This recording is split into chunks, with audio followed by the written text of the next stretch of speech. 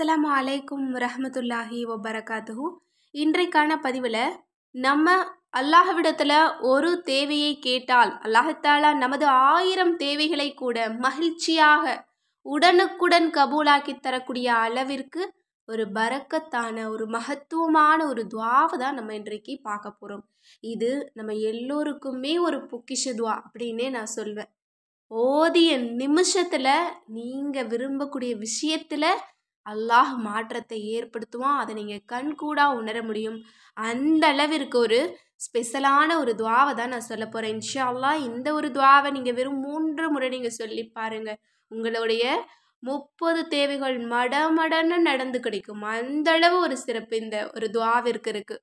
ஏன்னா இந்த ஒரு துவாவை நம்ம ரொம்ப சாதாரணமாக நம்ம நினைக்கக்கூடாது. இது அல்லாஹுவுக்கு நன்றி செலுத்தக்கூடிய அளவிற்கு ஒரு மிகச்சிறந்த ஒரு துவாவாக இருக்குது.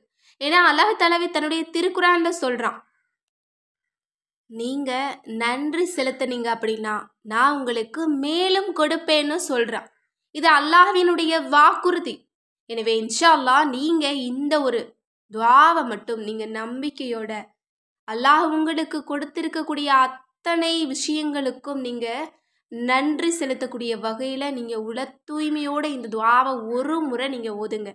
அது என்ன துவா அப்படின்னா, அல்ஹம்துலில்லாஹில்லதி ஹலகனா மின் நூரிஹி பியதிஹி வஸ்தஃபானா மிம் பரியதனா வ ஜுஅல அலா ஹல்கிஹி வஹ்யிஹி. இதனுடைய பொருள் என்ன அப்படின்னா, அல்லாஹுவுக்கே எல்லா புகழும். அவன் தன் கையால் நம்மை தன் ஒளியிலிருந்து படைத்து தன் படைப்புகளை விட நம்மை கண்ணியப்படுத்தி தன் படைப்புகளுக்கும் வெளிப்பாட்டிற்கும் நம்மை பொறுப்பாளராக ஆக்கியவன். அல்ஹம்துலில்லாஹ். எப்படிப்பட்ட வார்த்தைகள் பாருங்க. இதுதான் உண்மையான வார்த்தை. அல்லாஹ் தஆலா தன்னோட ஒளியிலிருந்து நம்மளை படைச்சிருக்கிறான். இன்னும் மற்ற எல்லா படைப்புகளை விடவும் நமக்கு கண்ணியத்தை அதிகம் கொடுத்துருக்கிறான். இன்னும் அல்லாஹ்வினுடைய வெளிப்பாட்டிற்கு நம்மளை பொறுப்பாளராக ஆக்கியிருக்கான். வெளிப்பாடு அப்படின்னா என்ன? அவனுடைய தன்மைகள், அவனுடைய சக்திகள், அவனுடைய அருட்கொடைகள், அவன் படைச்ச அத்தனை விஷயங்களுக்கும் நம்மளை பொறுப்பாளராக ஆக்கியிருக்கிறான். ஏன்னா அல்லாஹ் தஆலா ஒவ்வொரு படைப்பையும் படைத்து அதனை விட சிறந்தது அப்படின்னு நம்மளை தான் அல்லாஹ் படைச்சிருக்கான்.